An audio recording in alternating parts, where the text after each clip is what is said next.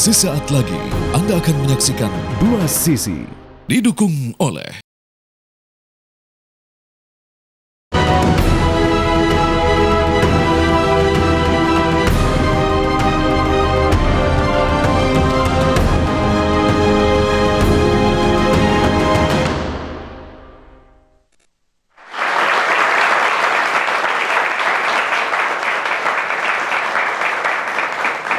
Selamat malam pemirsa, apa kabar Anda? Saya Dwi Anggia kembali hadir di Dua Sisi malam hari ini. Pemirsa, peta politik Pilpres 2024 sepertinya akan kembali berulang pada Pilkada Jakarta. Pasalnya, Partai Koalisi Indonesia Maju yang akan mengusung Ridwan Kamil dalam Pilkada Jakarta kembali akan berhadapan dengan Anies Baswedan yang sudah resmi mendapatkan dukungan dari PKB. Tapi sepertinya jalan Anies untuk menuju Jakarta 1 agak kurang manis nih. Karena kolega pada Pilpres 2024, PKS, pelan-pelan atau perlahan sekarang agak mulai tergoda setelah ditawarkan kursi Cawagup DKI. Nah, benarkah demikian? Ya nggak? Kira-kira siapa yang akan berkoalisi di dalam Pilkada Jakarta dan bagaimana peluang Anies serta Ridwan Kamil?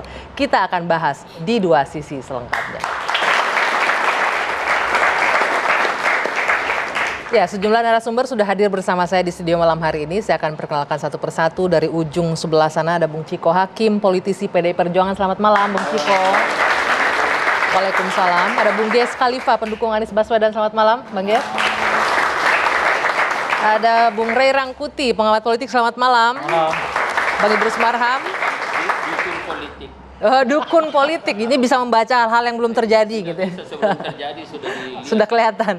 Ada Bang Idrus Marham, politisi Partai Golkar. Selamat malam, Bang Idrus. Dan kemudian dari politisi PKS ada Muhammad Khalid. Selamat malam, Mas Khalid. Bapak-bapak, nanti tolong mic-nya dipegang langsung ya, dan jangan diketok, udah hidup soalnya itu mic-nya. Oke, saya langsung kita ke Bung Ray terlebih dahulu, karena dukun politik kan tadi kan.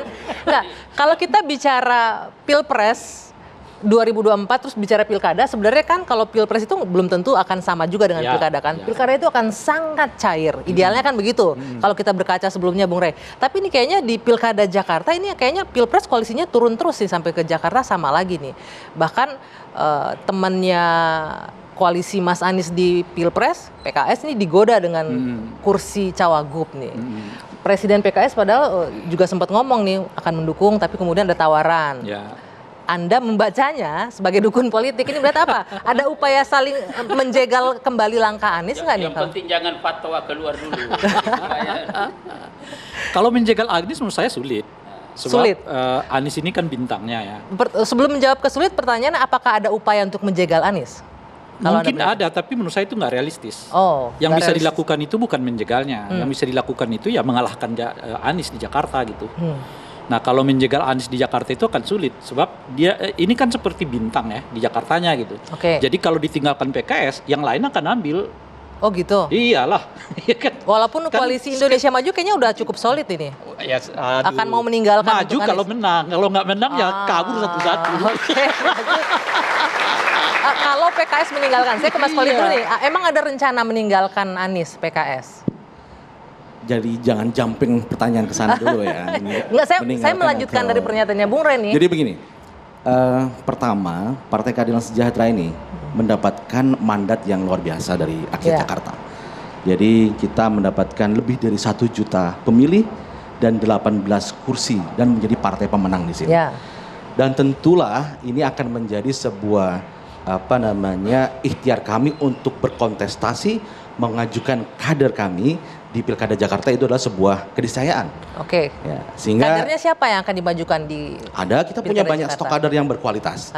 Di situ mungkin di sini kita sampaikan ada Dr. Sohibul Iman, mantan Presiden PKS, yang sekarang ini menjadi Wakil Ketua Majelis Syuro. Kemudian ada Dr. Mardhani Alisera. Banyaklah kalau majunya bicara sebagai tokoh-tokoh. cagup atau sebagai cawagupnya? Mas Bisa peluang dua itu bisa kita sodorkan. Karena kita sebagai partai pemenang di Jakarta, kita sedang membangun komunikasi politik dengan semua pihak. Ya, bagaimana kita PKS meneruskan nih amanah besar dari warga Jakarta. PKS sebagai partai pemenang, kita tentu ingin memberikan, mewakafkan kader terbaik kita ikut kontestasi dalam Pilkada Jakarta. bagaimana meneruskan amanah, ya kan? Di Jakarta khususnya. Tapi Yes. kalau kita lihat di level nasional kan udah enak tuh. Amanah rakyat juga ada di situ tuh, PKS, ada PKB, ada PAN di situ. Kenapa nggak ikut juga di pilkada? Jadi begini, kalau kita melihat memang politik nasional itu memang tidak selalu serta-merta kongruen dengan politik di lokal. Ada local wisdom masing-masing di daerah. Ya. Kalau kita selalu menarik politik nasional ke, kalau nggak salah 500 pilkada, betul ya? Lebih. Itu akan sulit ya, karena setiap denyut nadi dari lokal-lokal itu berbeda-beda. Ya. Dan kita melihat bahwa Partai Keadilan Sejahtera sudah mendapatkan amanah yang luar biasa, kepercayaan dari rakyat Jakarta. Kami ingin memberikan kader terbaik kami untuk bisa berkontestasi di Oke, Jakarta. kalau pernyataan begitu, apakah denyut nadinya ini berbeda dengan PKB sehingga pikir-pikir lama untuk mengusung Anies? Kalau dengan PKB kita nih chemistry-nya dapet lah. Dapet, PKB-nya. Chemistry dapet, dengan Nasdem dapet. Jangankan dengan itu, dengan Mas Ciko PDIP juga kita tidak menolak. Wah, ini menarik nih. Dengan Mas Ciko juga bahkan denyut Jadi nadinya kita dapet. buat lebih fleksibel saja. Jadi Lebih jangan fleksibel. menutup komunikasi. Partai Keadilan Sejahtera sangat inklusif. Kita bisa berkomunikasi dengan semua pihak. Walaupun ideologinya beda nih ya, kalau kita lihat ya. Platform partainya juga beda nih, PKS dan PDIP. Tapi Gimana? kita memiliki semangat yang sama Oke, untuk benar. memajukan warga Bang Jakarta. Ciko benar nih, sampai-sampai Enggak. PKS sama PDIP itu bisa gabung tuh saya agak emes tuh dengan Gitu perbedaan ini. Nah, tapi kan kita harus meyakini dan percaya bahwa rumah besar dari ideologi itu kan tetap Pancasila, dan kita semua partai politik yang bercimpung di dunia politik di Indonesia maupun tokoh-tokoh politik baik itu yang berada di partai maupun di luar partai tentunya menjunjung tinggi nilai Pancasila dan menghargai kebinekaan yang ada. Itu yang paling penting, dan kami meyakini Partai Keadilan Sejahtera juga pun begitu. Nah, tapi ini lucu nih. Ini sebenarnya agak mirip-mirip nih apa yang disampaikan saudara kita di situ. Jadi memang PDI Perjuangan karena kita eksistensinya sudah terbukti di Jakarta selama beberapa pemilu kita mendapat peringkat 1, tapi kemarin kita mendapat peringkat kedua, artinya juga kita merasa pantas untuk juga mencalonkan calon gubernur ataupun calon wakil gubernur. Ya, tergantung nanti negosiasinya bagaimana dengan partai-partai politik lain. Dan sampai hari ini kami membuka jalur komunikasi dengan partai politik manapun, termasuk Partai Keadilan Sejahtera, PKB, Nasdem, Golkar sekalipun dan lain-lain. Nah, dan bagi kami yang utama adalah itu, kita menggodok dulu calon-calon yang akan kita majukan dari internal kami. Nah, calon-calon yang muncul kan dari internal ada Bu Risma, tentu ada nama Pak Ahok masih, ada nama Pak Jarot, ada nama Andika Perkasa, ada nama terakhir-akhir mencuat juga nama Mas Pram nih, Pramono Anung gitu ya. Tapi kalau kita cermati, kenapa nama-nama itu yang dimunculkan? Karena memang di PDI Perjuangan ketika kita menyikapi pilkada dimanapun itu, yang kita perhatikan utamanya bukan sosoknya dulu, artinya permasalahan Jakartanya dulu, permasalahan daerahnya dulu. Nah, artinya kita harus mengusung calon-calon yang memang mempunyai rekam jejak, pernah duduk pada jabatan-jabatan yang strategis. Nah, ini kenapa juga akhirnya nama Anies Baswedan pun juga mencuat, karena dia, kita harus akui, pernah menjabat sebagai gubernur dan tingkat kepuasan publiknya lumayan, ya kan, elektabilitasnya hari ini juga lumayan. Nah, kalau kita bicara soal ini pertanyaan-pertanyaan kamu sebelum nanya, aku udah tahu mau nanya apa. Soal kontestasi kita di masa yang lalu gitu ya misalnya, ya kan. Nah, itu kan memang terjadi. Tapi kan semua ini politik ini kan cair. Pada akhirnya kita juga harus realistis dan objektif bahwa Jakarta ini memerlukan sosok-sosok yang tadi saya sebut kompeten, mumpuni, punya rekam jejak yang jelas. Dan Mas Anies tentunya masuk dalam salah satu Nah, nominasi. sebentar, saya menarik nih, tanya ke Bung Rey lagi. Tadi disebutkan PKS punya kader, PDIP punya kader juga. Tapi Anda bilang yang jadi starnya, bintangnya kan Anies di Jakarta. Menurut Anda gimana dengan kader-kadernya ini? Saya menarik faktor lain untuk melihat Jakarta. Faktor apa? Faktor apakah Kaisang ikut serta atau tidak gitu. Kalau Kaisang ikut serta, saya besar dugaan saya cuma ada 2 pasangan. Oke. Tapi kalau Kaisang nggak ikut serta, kemungkinan ada 3 pasangan. Sebagai peramal Anda melihat Kaisang ikut serta? Kaisang atau faktor tidak? tuh. Iya, sudah. Sebagai dukun politik Anda melihat Kaisang akan maju nggak nih? Pertama ada, kenapa Kaisang kita buat sebagai faktor? Karena sentimennya udah beda. Sentimen pilkadanya itu adalah isu soal dinasti dan nggak dinasti. Oke. Ya kan, sentimennya itu adalah Jokowi dan anti Jokowi. Kira-kira begitulah. Ya akan keluarga berulang Jokowi nih, peta pilpres akan Nah, itu berulang kalau makanya begitu. dengan sendirinya akan berulang. Nah, dan dari konteks itulah kemudian PDI bisa gabung dengan PKS, bisa gabung dengan Anies karena mereka bukan dipersatukan oleh ideologi yang sama, tapi dipersatukan tanda kutip lawan yang sama. Lawannya sama nih. Nah, yang lawan ini dianggap lebih berat sekarang ketimbang perbedaan di antara mereka gitu. Nah, itu yang pertama. Beratnya kenapa? Karena kapasitasnya atau karena orang di belakangnya ini? Iya, karena kalau bagi PDI kan berlipat-lipat faktornya. Karena mereka dihianati, ya macam-macam lah dan seterusnya itu. Saya menggunakan bahasa PDI ya dalam konteks ini, ya kan. Kan mereka mengatakan mereka dihianati, ya kan, dan seterusnya itu. Ditambah tentu mungkin ada sentimen untuk membatasi keluarga Jokowi ini terlibat di dalam semua perangkat politik, dan kalau isu itu dimainkan akan menarik warga Jakarta untuk terlibat di dalam. Karena warga Jakarta umumnya kan bukanlah pemilih Pak Jokowi, mereka pemilih Pak Prabowo tapi belum tentu pemilihnya Pak Jokowi, kira-kira gitu. Bisa sehingga disebut pemilih rasional lah ya warga Jakarta. Artinya kalau kemudian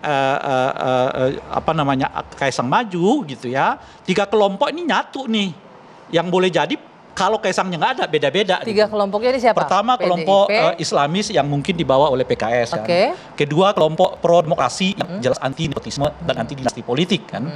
Dan yang ketiga, katakanlah misalnya kelompok nasionalis yang dibawa PDI Perjuangan.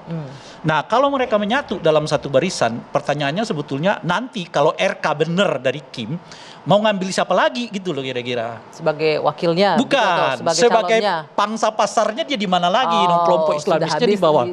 Dalam konteks itulah saya bisa memahami kenapa PKS dirayu. Jadi untuk kalau benar ada rayuan, kan hari ini semua membantah ya kan. Benar kan itu ya? Kalau nggak ada rayuan kita tanya nanti, dan benar nggak? Semua membantah gitu. Benar nggak ada rayuan? Yang terakhir, karena saya katakan tadi 3 kan. Tapi kalau Pak Kaisang nggak ada, kemungkinan besar 3. Gitu ya, jadi PKS bersama dengan Anies, Kim sendiri gitu ya, dan mungkin PDI akan dorong sendiri juga calon dia bersama dengan partai siapa gitu. Tapi kan PKS sudah ketahuan nih, target dia jelas, wakil gubernur.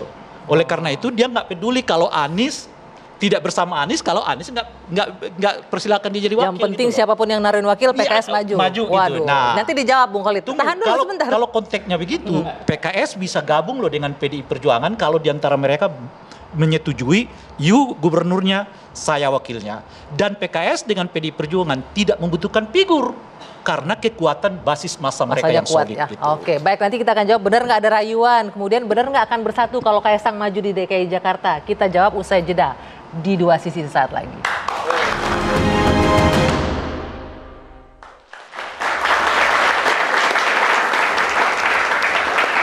Saya lanjutkan kembali 2 sisi, langsung ke Mas Khalid nih sebelum ke yang lain. Soal benarkah ada tawaran atau rayuan, satu hal. Yang kedua, siapa sih yang ngerayu PKS? Bisa aja pertanyaannya. Jadi begini, dalam politik, rayu-merayu itu adalah hal yang sangat wajar. Ya, hal yang sangat biasa. Itu namanya kita sedang mengajukan proposal interest kita, kepentingan kita, kira-kira accept nggak proposal itu. Kan begitu. Dan saya kira apa yang terjadi kemarin yang kemudian ada sedikit agak rame di media gitu ya. Saya pikir itu hal yang lumrah saja. Kalau ada yang bertanya, bener nggak sih PKS ditawarin wakil gubernur? Nah waktu itu dijawab langsung sama Bapak Presiden PKS, ya memang ada tawaran itu. Dan PKS sedang mengkajinya. Udah selesai belum mengkajinya? Ya masih banyak kan, masih lama nih pilkadanya kan ya. Jadi belum dijawab-jawab. Kita mengkaji tawaran itu. Ya, kira-kira kita selalu melihatnya begini. Kita perspektifnya itu harus lebih komprehensif. Jadi tidak hanya serta-merta ini ada tawaran A kemudian kita terima B gitu ya, nggak begitu. Tapi kita melihatnya lebih komprehensif. Pertama misal, kita melihat manakah tawaran yang terbaik buat pembangunan dan kemajuan warga Jakarta. Itu yang pertama. Buat warga Jakarta atau buat partai nih? Buat warga Jakarta, tentu dong. Buat warga Jakarta. Yang kedua adalah bagaimana kita membuat desain ya pilihan yang probability to win-nya, peluang untuk menangnya. Nah ini besar. baru buat partainya nih, probability to win-nya. Jadi, tentu dong, kalau kita ingin menang, kita ingin melakukan perubahan, perbaikan, harus kemajuan, menang, ya harus menang dong. Sehingga pilihan rasional semua partai politik, bukan hanya PKS saya kira, adalah manakah tawaran yang paling memungkinkan kita untuk menang. Dan yang terakhir nih, yang terakhir adalah manakah paket ya skema yang membuat ya PKS sebagai partai pemenang bisa melanjutkan, bisa memperjuangkan kemenangan ini di kemenangan pilkada. Pileg kemarin kita sudah menang dan kita ingin menuntaskan kemenangan juga di pilkada. Pertanyaan kedua belum dijawab. Yang mana? Yang nawarin siapa yang meraih? Itu nggak penting. Itu penting dong. Kalau cuma partai-partai gurem, jadi partai begini. kecil Itu kita kan harus menjaga privacy dan hak dari apa yang ditawarkan. Yang jelas begini. Ya. Bang Idrus. Yang jelas Bang begini. Idrus, Yang jelas begini. Tawaran itu ada. Wakil Gubernur DKI Jakarta. Kita tanya deh sama Tetap anggota seperti tim. apakah itu ya. Itu Bang tidak Idrus, penting. Tapi ini tawaran itu. Siapa yang menawarkan Bang Jadi Idrus? gini dulu Mbak, saya ingin berangkat dari jalan pikirannya Mas Holik ini. Ada Mana? dua hal saya kira. Pertama, kita jangan langsung jumping pada hal-hal yang lebih spesifik. Kemudian yang kedua harus melihat secara komprehensif. Karena itu mungkin begini, kita harus mulai bahwa Jakarta ini kan milik kita bersama. Milik kita bersama. Karena ini milik kita bersama, maka kita ini adalah satu keluarga. Nah, karena kalau kita bicara tentang keluarga, berarti kan asas kekeluargaan. Ya. Lalu di situ ada sering Pak Ciko ini bicara tentang gotong royong dan lain-lain sebagainya. Nah, kalau itu yang terjadi berarti secara konseptual asas kekeluargaan itu kan nilainya ada. Kan nilai. Nah, di situ ada semangat kebersamaan, semangat kekitaan. Kan ada di situ. Asas kekeluargaan itu artinya keluarganya yang maju. Tidak. Nah di sini bukan. Nah di sini orang yang bicara pelesetan dan bicara konsep. Golkar terbiasa bicara konsep, konstruksi berpikir. Karena itu saya mulai dari konstruksi berpikir kita supaya tidak kemana-mana. Apa konstruksi berpikir? Ini kita keluarga. Kalau keluarga Bang, dasar. Dan karena itu maka DKI Jakarta ini harus dikelola bersama. Untuk mengelola bersama ini kita harus mengajak semua. Dan untuk mengajak semua ini tentu masing-masing kelompok ini punya tokoh-tokoh. Karena yang maju ke depan itu harus yang bisa berperan. Untuk bisa berperan harus punya konsep. Ini agak kontradiktif. Anda bilang ini kan kita kelola bersama kekeluargaan, tapi kemudian ada masing-masing kelompok. Berarti terpisah-pisah jadinya. Kan begini, kan secara realitas ini kan memang adalah keragaman dan di dalam demokrasi tidak boleh seragam. Dan semua begitulah sebabnya di dalam pidato Bung Karno tanggal 1 Juni jelas kita ini ada perbedaan, ada pertikaian ini macam-macam dan karena itu perlu ada komunikasi. Nah, berarti benar ada komunikasi ke PKS itu benar berarti? Benar, kita komunikasi PKS, kita komunikasi semua ayo, tetapi tentu tidak mungkin satu. Kenapa? Karena ini akan muncul. Kita realistis saja di dalam dunia politik. Ya kita realistis saja bahwa masing-masing kelompok dan katakanlah partai punya tokoh dan punya keyakinan bahwa tokohnya inilah yang nanti akan mampu mengelola DKI Jakarta ini memimpin kita bersama. Nah oleh karena itu maka menuntut kita berstrategi.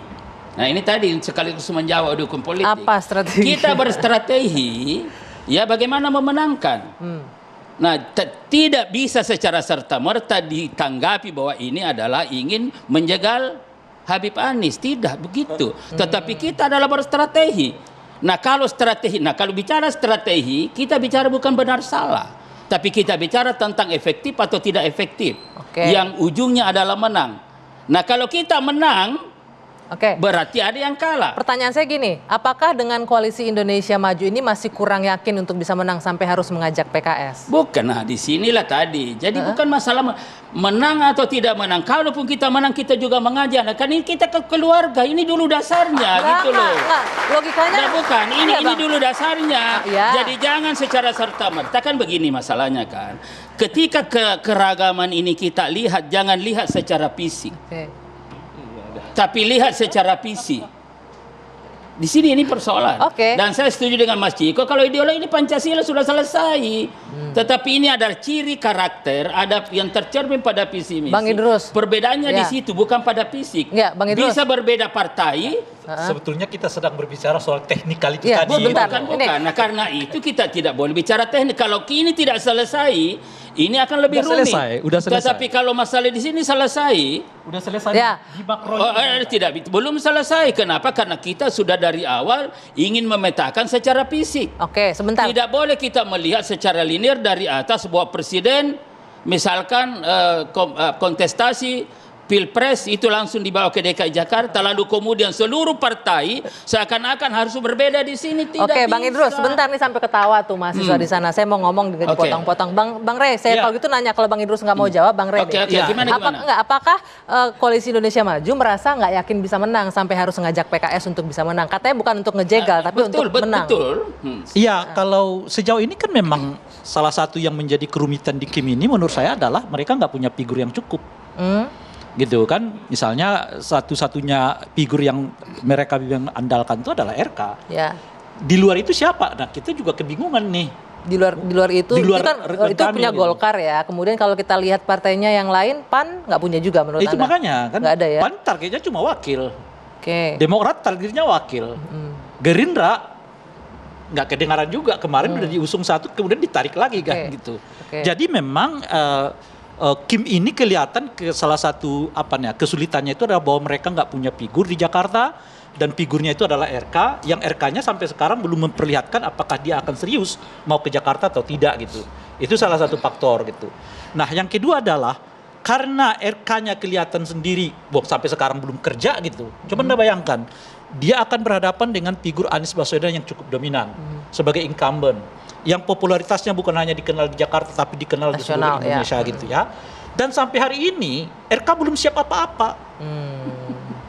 Nah, ini kan ini Itu bukan kira-kira lagi tuh. dukun politik, tetapi ini sudah menjustifikasi yang tidak faktual. Oke, sebentar. Nah, kalau kita bicara faktual dan Itu. tidak faktual, saya mau angkat satu hal yang faktual, yang sudah beredar di sosial media ya, yang saya mau tampilkan malam hari ini, yang nulisnya juga ada di sini. Boleh tolong dinaikkan sebentar? Ini juga satu hal yang faktual yang menarik untuk dibahas. Cuitannya Bang Ges ini soal dapat cawagup, ongkos Pilpres diganti dapat menteri. Syarat utama tak boleh dukung Siapa Anies. maksudnya ini? Cawe-cawe jilid 2 tergantung PKS. Apakah mereka akan jualan dalam tanda kutip atau mereka konsisten, Bang Ges? Nah, ini kalau mahasiswa ini mungkin pengen tahu nih maksudnya ke siapa ini? Ini lebih dari dukun ini.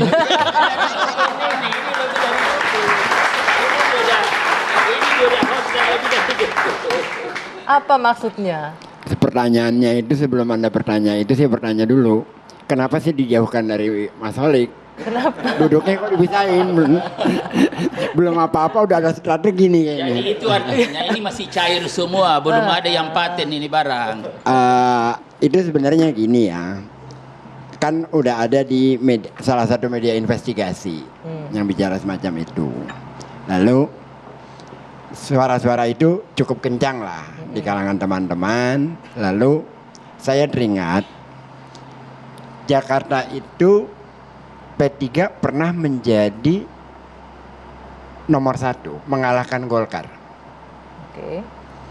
Kemudian 2004 PKS nomor 1. Lalu 2009 Demokrat nomor 1. Lalu kemudian PDIP. Lalu kemudian sekarang kembali lagi PKS. Ya. Artinya bahwa masyarakat Jakarta itu sangat kritis dan sangat mudah untuk menghukum. Nah, saya melihatnya bahwa sinergi Anies dengan PKS itu tidak hanya pada tingkat elit, tapi juga pada saat akar rumput. Di grassroots Nah, juga di ya? grassroots juga. Jadi postingan itu seperti warning, hati-hati loh, ini grassroots Anda adalah simpatisan Anies, kira-kira gitu. Jadi jangan terlalu bermain-main dalam dinamika politik yang seperti ini. Tetapi awalnya bukan, kan di situ jelas ya dari investigasi Tempo kan. Gitu. Jadi mulainya dari sana aja sebenarnya sih. Hati-hati lo itu ke siapa? Ke PKS? berarti? Teman-teman. Oke. Gitu.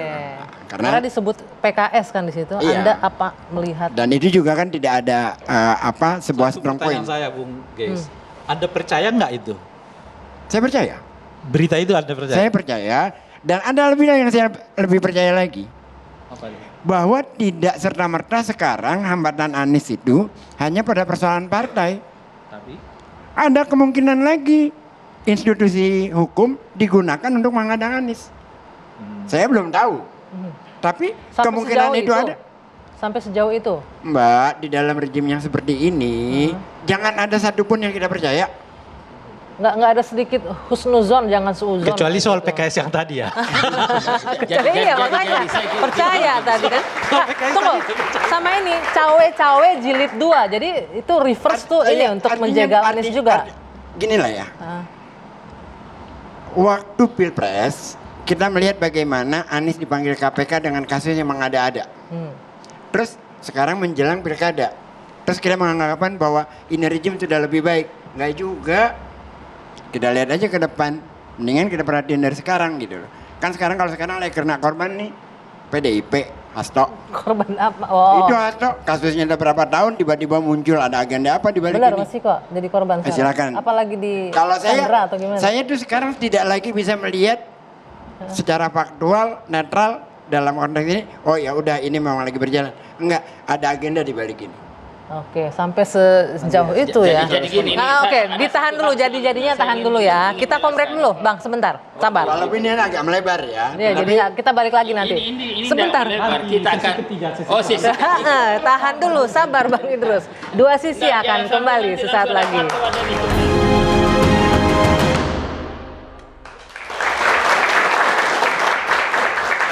Kita kembali di dua sisi, saya ke Bang Idrus dulu. Bang Idrus, ini tadi disebutkan, ini cawe-cawe jilid 2 nih, sampai ada tawaran dari Kim untuk ke Jadi PKS. saya Benar kira nggak inilah itu? begini masalahnya.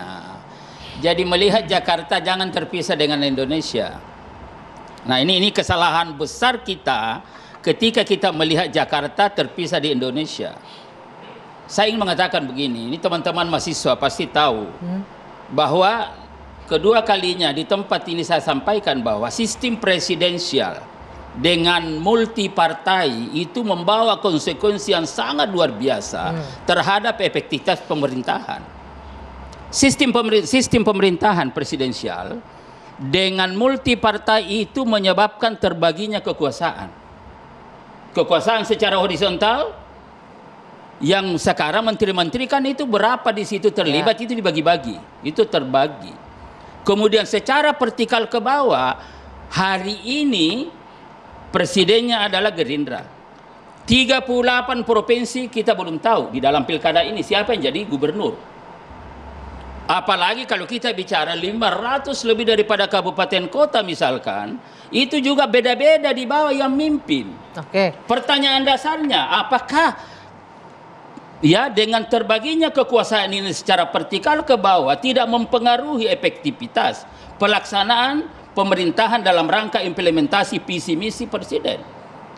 Nah ini kan persoalan. Oleh karena itu terus terang saja Golkar berpikir sebelum ada aturan operasional tentang bagaimana sistem presidensial itu untuk menjamin ini, maka Golkar mendorong bagaimanapun Kim ini harus solid dan harus bertekad memenangkan pertarungan di seluruh pilkada yang Oke, ada. kalau itu ya oke lah, itu memang suaranya Koalisi Indonesia Maju. Bukan pertanyaan suara, saya ini masalah sistem dan Betul, masalah enggak. tekad kita. Bang Idrus, tapi cara berpikir kita sebentar, dulu. pertanyaan saya belum terjawab. Ini benar nggak nih bahwa tudingan Bang Ges ini ada cawe-cawe jilid 2 gitu loh? Cawe-cawe apa? Cawe-cawe untuk Pertanyaan menjegal asal saya- bukan Anies maju. Apa? Cawe-cawe untuk menjegal, tidak boleh dukung Nah itu Anies. yang saya katakan kita berstrategi kan. Nggak menjawab gitu loh. Tidak bisa, tidak bisa kita mengatakan bahwa menjegal. Kalau kita berstrategi dan akibatnya tidak maju, itu adalah akibat dari strategi yang kita terapkan. Oke. Loh, ini Ya, caranya ya, ya. jadi tidak boleh kalau begitu. Pak Idrus mengatakan itu strategi. Oke. Bukan. Tapi host mengatakan itu menjegal. Nah ini di sini bahasa. Enggak. Saya bukan mengatakan, saya bertanya apakah menjegal, tapi kan dijawab strateginya begini, kemudian begini. Jadi malam ini kita mengkonfirmasi Bukan bahwa Jadi strateginya clear. adalah menjegal Anies Baswedan. Pertama saya ingin Ini mengatakan. konfirmasi ini. Misalkan begini, Kaisang maju. Salahkah Kaisang maju? Warga negara punya hak. Ya nggak Oke. salah. Kemudian yang kedua, salahkah misalkan kalau Kim berkomunikasi dengan PKS dan berkoalisi di DKI Jakarta? nggak salah. Kan tidak salah. Kalau tidak salah, ada dalam cara berpikir sepanjang tidak ada larangan boleh kita lakukan. Oke. Ini masalah Bukan- cara bukan berpikir kita. cawe-cawe, tapi kalau strateginya berdampak terhadap Anies nggak bisa maju itu lain hal Loh, gitu ya. ada persaingan misalkan di lapangan. Lalu kemudian tadi ada tudingan bahwa di sini ada tudingan lagi bahwa di sini tidak apa namanya tidak fair sama dengan kemarin apalah waktu pilpres di beberapa daerah ada pasangan mengklaim bahwa kita menang 70%. Kita menang 60% di Jawa Timur. Tetapi begitu ternyata kalah hanya mendapatkan sekian persen, lalu kemudian nomor 2 dianggap salah. Dan nah ini kan tidak real. Nah ini maksud saya. Kalau tadi misalnya itu strategi membuat Anies nggak maju, itu bagian dari kekeluargaan itu apa enggak ya? Bukan. Bukan Strategi Bang Rey. Kan di sini. Itu strategi. Kita kan ada di atas. Kita ajak semua mari baru kita seleksi. Oke. Nah kita katakanlah kita ngajak PKS. Kan tidak salah. Ya. Kita ngajak PDP juga tidak salah. Kita ngajak partai lain tidak salah. Lalu kita menjadi ini calon kami. Ngajak Anies juga nggak salah tuh Loh, harusnya. ya tidak salah. Oke, ya. Kan tidak salah, tetapi kan ini kan tidak mungkin karena kita sudah punya calon misalkan. Walaupun tadi menarik nih kata Bung Ges, calonnya Golkar ini Ridwan Kamil sebenarnya akan lebih efektif kalau maju di Jawa Barat, udah punya modal suara di situ. Yang paham strategi adalah intern partai. Oke, salah tuh Bang, berarti Bang mereka kan menganggapnya. begini, disinilah kadang-kadang kita berbicara apa maunya kita tanpa memahami pikiran orang, tanpa memahami kondisi partai orang. Partai Golkar terus terang aja, kenapa dorong Kim ini solid? Karena kita ingin bagaimana kepemimpinan Prabowo Gibran ini sukses. Untuk sukses ini maka seluruh pilkada mestinya kita menangkan. Oke, Bang Idrus, pertanyaan saya Gitu balik. Partai lebih tahu, internal partai lebih tahu ya. Ya betul. Apakah dengan menarik Ridwan Kamil ke Jakarta tidak sayang modal yang sudah ada di Jawa Barat? Nah di sini kan ada pertimbangan-pertimbangan lain yang lebih besar. Kan di sini kan persoalannya. Ya misalnya bagaimana kepemimpinan Prabowo Gibran bisa menang. Nah kalau misalkan menang, sukses maksud saya, berarti ke depan ini akan lebih lanjut. Itu istilah saya. Kalau pemerintahan, jadi sekarang ini kan Kim berpikir. Dan saya juga sampaikan, Golkar sukses. Sukses pencalonan, sukses pemilihan, dan sukses kepemimpinan. Untuk sukses kepemimpinan ini, salah satu prasyaratnya adalah Kim harus solid. Bahkan lebih daripada itu kita ajak juga yang lain secara bersama-sama apapun perannya. Oke. Itu loh cara kita berpikir. Anda melihat jadi gimana tidak nih? boleh kita Kim mensimplifikasi. solid dengan Ridwan Kamil, saya nanya sebenarnya belum terjawab juga. Nggak sayang tuh Jawa Baratnya dengan modal sosial yang udah modal suara. Kalau saya Ridwan Kamil, saya akan mengatakan saya di Jawa Barat, nggak di Jakarta. Oke. Gitu. Kenapa gitu? Karena di Jakarta itu kan saya masih di bawah 50%. Apalagi hingga hari ini saya sudah menyebutkan. Belum kerja nih. Ya kan, baliho apa dan sebagainya belum ada. Berapa persen warga Jakarta yang kenal Ridwan Kamil? Kalau Anda sebagai pengamat melihatnya sayang gitu kalau Ridwan Kamil. Sayang, itu kan sama seperti burung di tangan dilepaskan untuk mengejar sesuatu yang belum juga jelas. Kira-kira gitu. Apa yang membuat sampai ditarik Ridwan Kamil walaupun nanti saya akan ke situ. Nah, yang kedua adalah saya kira ini bagus juga ini strategi kalau ini benar pikirannya datang dari Gerindra gitu. Misalnya gitu ya, kalau benar. Kenapa? Karena kalau itu terjadi Gerindra dapat 2, tapi Golkar dapat 1. Gitu ya. Gerindra dapat 2 itu menang di Jakarta, menang di Jawa Barat. Asumsi menang kan. Gerindra hanya menang, Golkar hanya menang di Jakarta, tidak di Jawa Barat. Jadi ini apa kelanjutannya? Yang dulu ya. berpikir idealis. Apa kelanjutannya? Kelanjutannya adalah bisa saja 5 tahun kepemimpinan Gerindra di Jawa Barat, pusat pendukung Golkar yang selama ini salah satunya adalah di Jawa Barat berpindah ke Gerindra. Artinya 2029 yang bersaing di Jawa Barat itu adalah Gerindra dengan Golkar. Itu kira-kira itu strategi Jakarta. Di sinilah saya katakan. Kira gitu loh kira-kira. Di sinilah ini kadang-kadang saya nih Mbak Gia yang berpikir pragmatis dan idealis yang mana. Nah kita Golkar ini sekarang karena kita ingin ada sebuah penataan ke depan supaya sistem pemerintahan presidensial ke depan ini itu berjalan dengan baik dan dukungan. Karena itu justru sekarang Golkar lebih dari itu berpikir. Berangkat dari sini kita belajar. Jadi ini sekarang lebih idealis nih Golkar, tidak pragmatis hitungannya. Dalam rangka penataan regulasi ke depan. Baik. Bahkan lebih daripada itu kemarin ketika misalkan saya buka aja. Ketika misalkan di Mahkamah Konstitusi sampai Golkar sudah mengajukan perlunya pembentukan Dewan Etik Nasional. Supaya ke depan ini kita jadi itu. Oke, nanti itu melebar kemana-mana. Bukan melebar supaya kan ini kan kalkulasi politiknya sangat bahwa di sini untung, di sini tidak. Ya kita ingin untung pemerintahan Prabowo Gibran berhasil. Nah untuk berhasil ini maka pilkada kita harus menangkan untuk Oke, menangkan. tahan dulu, nanti kita lanjutkan. Sebetulnya, Kita jeda dulu sebetulnya sebentar, untuk Mare. melihat apa pernyataan Pak Idrus itu, kalau udah begitu tekadnya selesai, Gibran diumumkan Kaisang. RK diumumkan sebagai calon gubernur di DKI Jakarta, udah selesai itu. Oke. Tapi sampai hari ini belum ada juga Masih ragu-ragu ya. Oke, nanti kita akan lanjutkan perbincangannya. Kita jeda dulu sejenak, Dua Sisi kembali saat ini.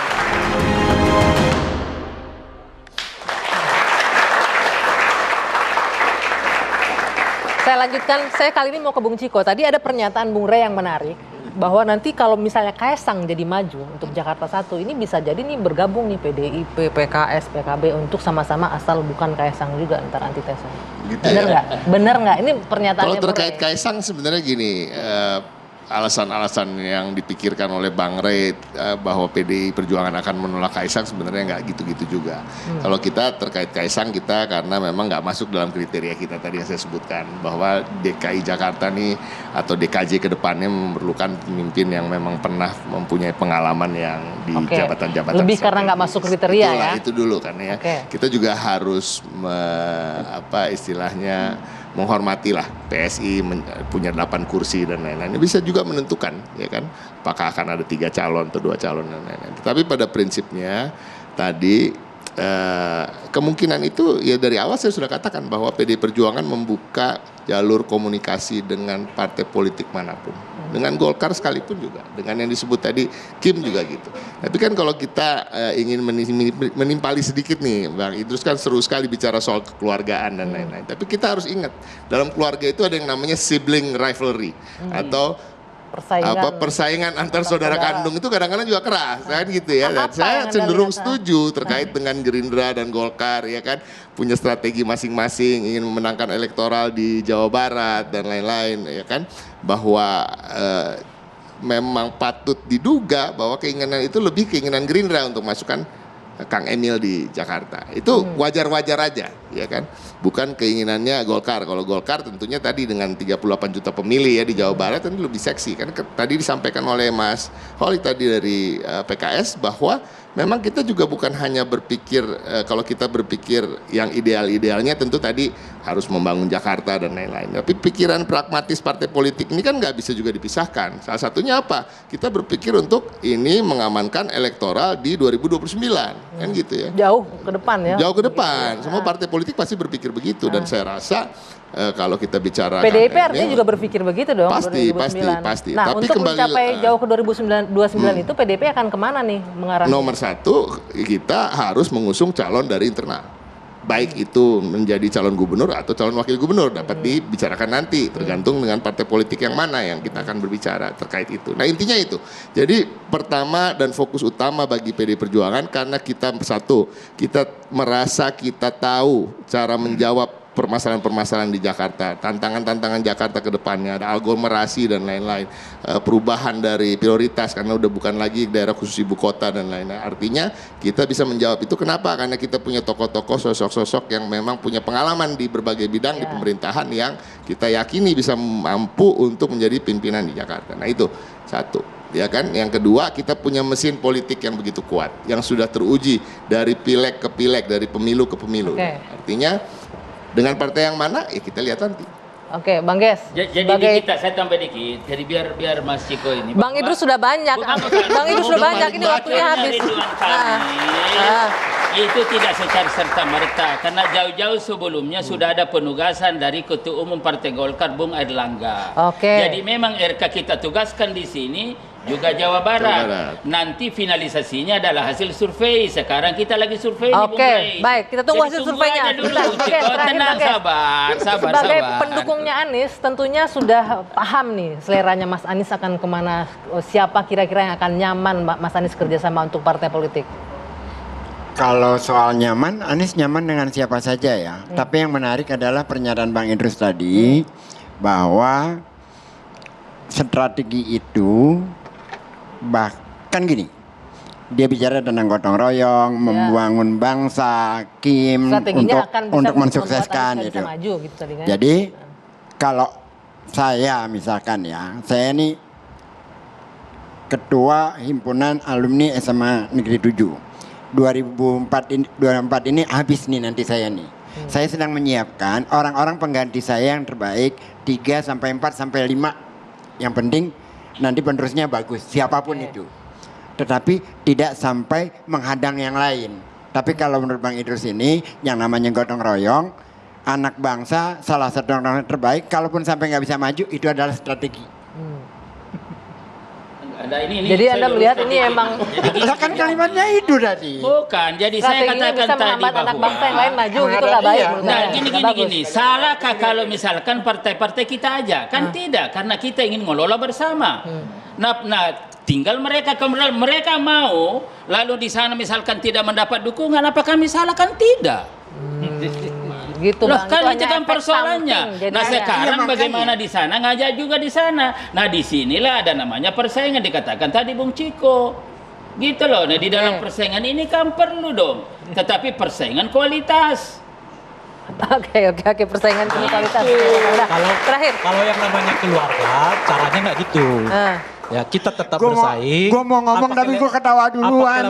Apa kelemahan Anda akan saya bantu gitu loh kira-kira. Dan saya nggak akan menjegal Anda kira-kira gitu Oke, lah. Itu apakah namanya benar keluarga. akan terjadi jegal-menjegal? Kita Kecuali lihat makna keluarga saja. itu artinya anak, suami, ibu yang maju lagi gitu. Itulah. Baik, udah. Durasinya habis Bapak-bapak, sayang sekali. Kalau misalkan masa dijaga. Baik, yang pasti setiap daerah Jakarta juga butuh pemimpin yang bisa mengakomodir keinginan masyarakatnya. Siapakah dia? Nanti kita akan tunggu November nanti siapa yang akan maju dan siapa yang akan terjegal. Saya Dwi Anggia, saya tutup Dua Sisi malam hari ini. Kita jumpa lagi pekan depan. Sampai jumpa.